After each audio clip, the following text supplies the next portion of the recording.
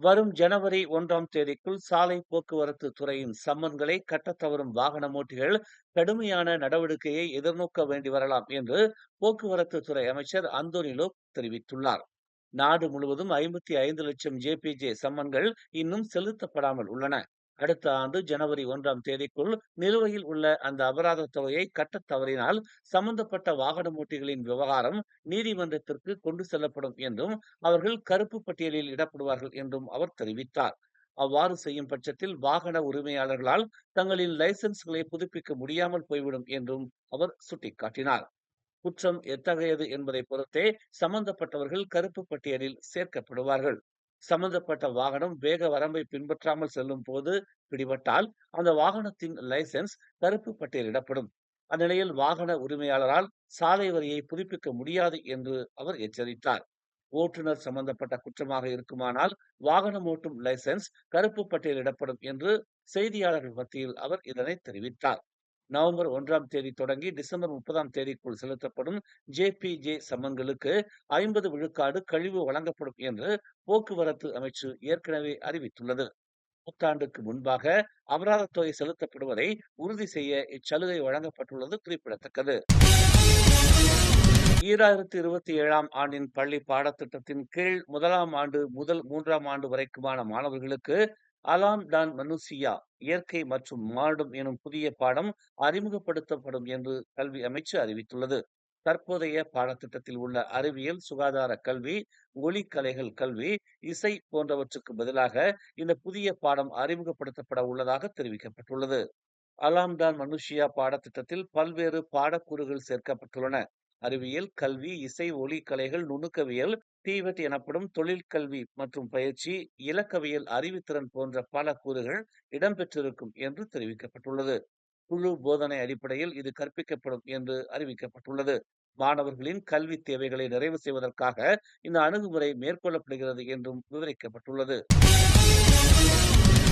தமது உடல் நலம் நன்றாக இருப்பதாக பொதுமக்களிடம் பிரதமர் டதஸ்ரீ அன்வார் இப்ராஹிம் நேற்று உறுதியளித்தார். சைபர் ஜெயாவில் நிகழ்ச்சி ஒன்றில் கலந்து கொண்டிருந்த பிரதமரிடம் அன்வாரின் உடல்நிலை குறித்து செய்தியாளர்கள் கேட்டதற்கு அவர் இவ்வாறு குறிப்பிட்டார். தாம் நன்றாக இருப்பதாகவும் நீங்களே பாருங்கள் என்றும் அங்கிருந்து துள்ளி குதித்தபடி வெளியேறிய தருவாயில் அன்வார் கூறினார். சைபர் ஜெயாவின் கோப்ளேஸ் நயன் மையத்தில் Malaysia semiconductor IC design park 2 திட்டத்தின் தொடக்க விழாவில் அவர் கலந்து கொண்டு இதனை தெரிவித்தார். கடந்த ஞாயிற்றுக்கிழமை பகாங் மாநிலத்திற்கு பணி நிமித்த வருகை மேற்கொள்ளவிருந்த அன்வார் கடுமையான முதுகு வலி காரணமாக அந்த பயணத்தை ரத்து செய்திருந்தார். முதுகு வலி காரணமாக இயல்பாக நடக்க முடியாததால் அன்வாரை ஓய்வெடுத்துக் கொள்ளும்படி அவரின் மருத்துவர்கள் ஆலோசனை கூறியிருந்தனர். இதனைத் தொடர்ந்து அப்பயணத்தை இறுதி நேரத்தில் அன்வார் ரத்து செய்தார். அறிவார்ந்த முறையில் கேள்விகள் கேட்டால் அதற்கு பதிலளிக்க தயாராக இருக்கிறேன் என்று பாஸ் கட்சியின் நாடாளுமன்ற உறுப்பினர் அமாட் ஃபட்லி ஷாரிக்கு இலக்கவியல் அமைச்சர் கோவிந்த் சிங் டியோ மக்களவையில் பதிலடி கொடுத்தார். அமெரிக்காவுடன் அண்மையில் பரஸ்பர வர்த்தக ஒப்பந்தத்தில் கையெழுத்திட்டதன் மூலம் மலேசியா தனது இலக்கவியல் சாவிகளை அந்நிய வல்லரசிடம் முழுமையாக ஒப்படைத்துள்ளது என்று ஃபாட்லி குற்றம் சாட்டியிருந்தார். அவரின் குற்றச்சாட்டுக்கு மக்களவையில் பதிலளித்த கோவிந்த் சிங், இத்தகைய குற்றச்சாட்டுகளை சுமத்துவதற்கு முன்பு சம்பந்தப்பட்ட அந்த ஒப்பந்தத்தின் உள்ளடக்கங்களை அமாட் ஃபட்லி கருத்தூன்றி படித்திருக்க வேண்டும் என்று சுட்டிக்காட்டினார். இதைவிட அறிவுபூர்வமான கேள்விகளை அவர் கேட்க வேண்டும் என்றும் வலியுறுத்தினார். மலேசியாவில் செயற்கை நுண்ணறிவு மேம்பாட்டுக்கு ஆதரவான அம்சங்கள் எதுவும் அந்த ஒப்பந்தத்தில் இடம்பெறவில்லை என்றும் அமாட் ஃபட்லி முன்னதாக குற்றம் சாட்டியிருந்தார்.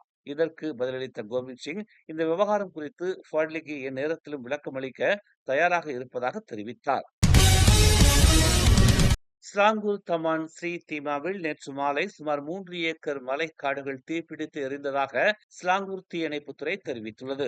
இரவு 7:02 மணிக்கு அவசர அழைப்பு வந்ததை அடுத்து சுமார் 13 கிலோமீட்டர் தொலைவில் உள்ள இடத்திற்கு பண்டார் துனூர் சேன்வோன் மற்றும் ஸ்ரீ கம்மாங்கான் தீயணைப்பு நிலைய பணியாளர்களை அனுப்பியதாக மாநில தீயணைப்பு மற்றும் மீட்புத்துறை தெரிவித்துள்ளது. அவர்கள் இரவு 7:25 மணியளவில் சம்பவ இடத்திற்கு விரைந்து தீயை அணைக்கும் பணியில் தொடர்ந்து ஈடுபட்டனர். தீ விபத்துக்கான காரணம் இன்னும் கண்டறியப்படவில்லை என்று தெரிவிக்கப்பட்டுள்ளது. நேற்று மாலை பூச்சோங் ஜெயாவில் உள்ள ஒரு கடையில் வெளிநாட்டவர் என்று நம்பப்படும் ஒருவர் இறந்து கிடந்தார். செடாங் காவல்துறை தலைவர் ஃபாரிட் அமாட் இதனை உறுதிப்படுத்தினார். பாதிக்கப்பட்டவர் கொலை செய்யப்பட்டுள்ளதாகவும் இரவு 8:30 மணியளவில் உடல் கண்டுபிடிக்கப்பட்டதாகவும் கூறப்படுகிறது. அந்நபர் கடையில் ஒரு அறையை வாடகைக்கு எடுத்ததாக நம்பப்படுகிறது. சாத்தியமான துப்புகளுக்காக காவல்துறையின் K9 பிரிவு அந்த பகுதியில் களம் இறக்கப்பட்டுள்ளது. மேலும் செய்திகளை தெரிந்து கொள்ள தமிழ் மலர் நாளிதழை பாருங்கள்.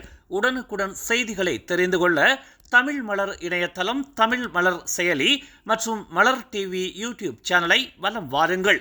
எங்களோடு இணைந்திருக்க மலர் டிவியை பதிவு செய்து கொள்ளுங்கள். உறவுகள் மகிழ்ந்திட விருப்பம் மற்றும் பகிர்வு சேவையை சொடுக்கிடுங்கள்.